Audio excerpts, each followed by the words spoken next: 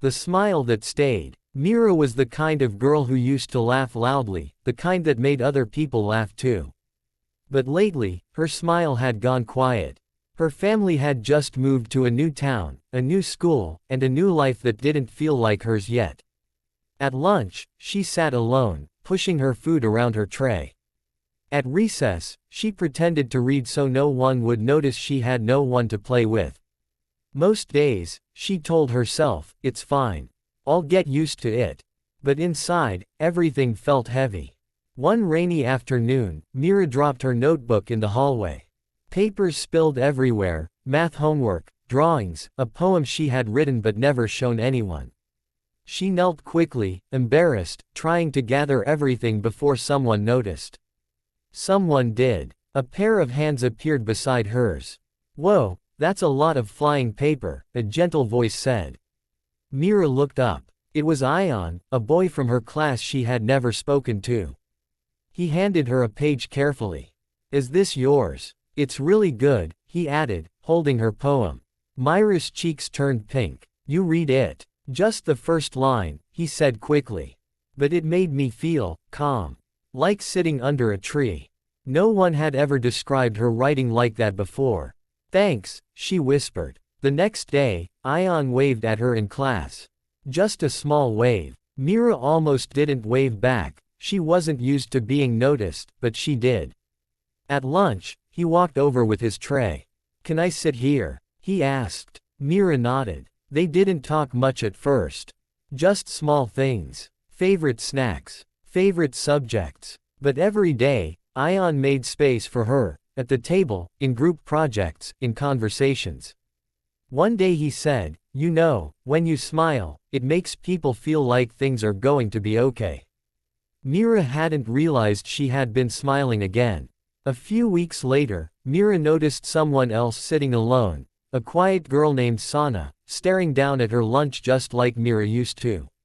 Mira picked up her tray, heart beating fast, and walked over. "Hi," she said softly. "Do you mind if I sit here?" Sana looked surprised. Then she nodded. And just like that, the smile that Ion had helped bring back, was passed on. Because sometimes, emotional uplifting doesn't come from big speeches or grand gestures. Sometimes, it starts with helping pick up someone's papers. Sometimes, it's just a wave. And sometimes, one small act of kindness can lift a heart, and then another, until no one feels quite so alone anymore.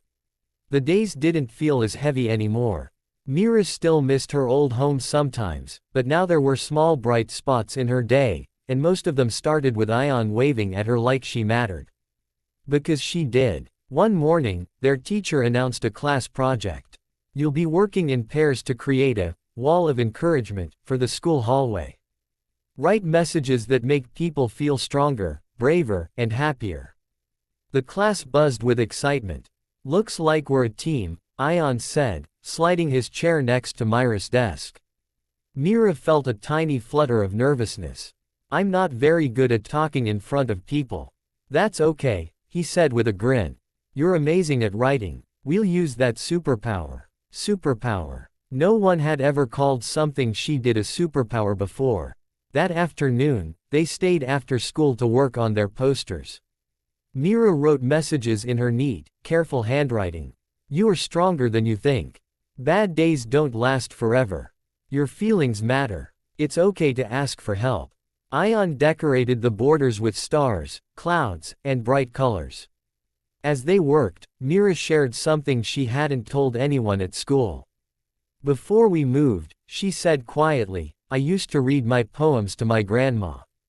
She always said words can hug people from the inside." Ion looked at her thoughtfully. "She sounds right." Mira smiled softly. "I just stopped writing for a while." "Well," he said, taping up a poster, "I think the world missed your hugs." Her chest felt warm, like someone had lit a small candle inside. The next morning, their wall of encouragement went up in the hallway.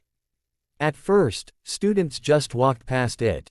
Then one girl stopped. She read a note. Then another. By lunchtime, a small crowd gathered around the wall.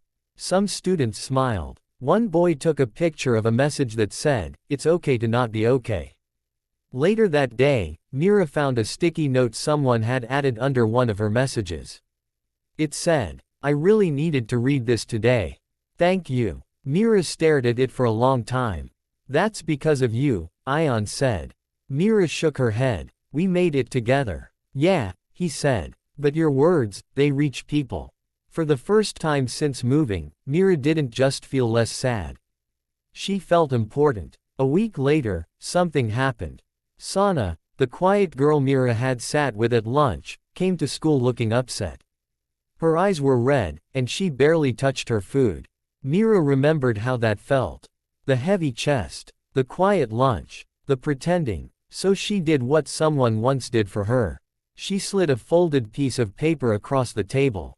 Sana opened it. Inside was a short poem Mira had written. "If today feels like too much to hold, let tomorrow carry some of the weight. You don't have to be strong all at once. Just stay." Sana blinked, then looked up. "Did you write this?" Mira nodded. "It feels like you understood," Sana whispered. Mira gave a small smile. "Someone once did that for me too. They didn't fix everything that day. They didn't need to." But Sana talked a little more. She laughed once. And when the bell rang, she said, "See you tomorrow," like she meant it. That night, Mira wrote in her notebook again. Not sad poems this time. Hopeful ones. She realized something important. Being emotionally uplifted didn't mean you never felt sad again. It meant you didn't have to carry the sadness alone. And sometimes, the best way to keep your own heart light was to help lift someone else's. The wall of encouragement didn't stay just a wall for long. Within days, students started adding their own notes. Sticky notes in bright colors covered the space between Mira and Ion's posters. Some were simple. "You're not alone. Drink water and breathe. You matter more than you know." Some were messy, written in a hurry. Some were carefully decorated. But every single one carried a piece of someone's heart. Mira stood in front of the wall one morning before class, reading the new messages. Her chest felt full in the best way. "We started a kindness explosion," Ion said proudly beside her. Mira laughed. "The quiet kind." Soon, teachers noticed too. Their principal made an announcement. "I've seen many of you stopping to read the wall of encouragement. Because of the positive response, we're starting a school-wide project called Lift Someone Up Week." The hallways buzzed with excitement. Each day had a theme. Monday, Compliment Day. Students were encouraged to say one genuine compliment. Tuesday, Helping Hands Day. Help someone without being asked. Wednesday, Thank You Day. Write a note to someone who makes your day better. Thursday, Listen Day. Spend time really listening to someone. Friday, Pass It On Day. Do a kind act and encourage the person to pass it forward. Mira couldn't believe it. Something that began with spilled papers had reached the whole school.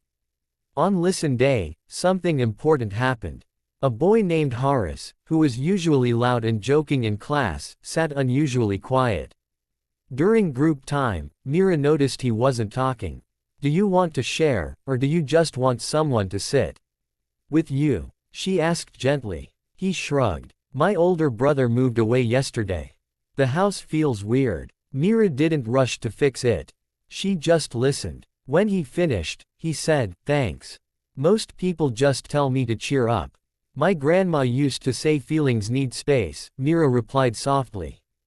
Horace nodded. "Yeah, that helped." Mira realized emotional uplifting wasn't always about saying the perfect thing. Sometimes, it was about being a safe place for feelings to land. On Pass It On Day, the principal shared a story during assembly. Earlier this week, she said, a student found a younger child crying near the playground. Instead of walking past, she sat down, shared her snack, and stayed until the child felt better. Mira froze. That had been her. She hadn't told anyone. The principal smiled. "Kindness grows quietly, but its impact is loud. Whoever that student is, thank you." Ion nudged her with a grin.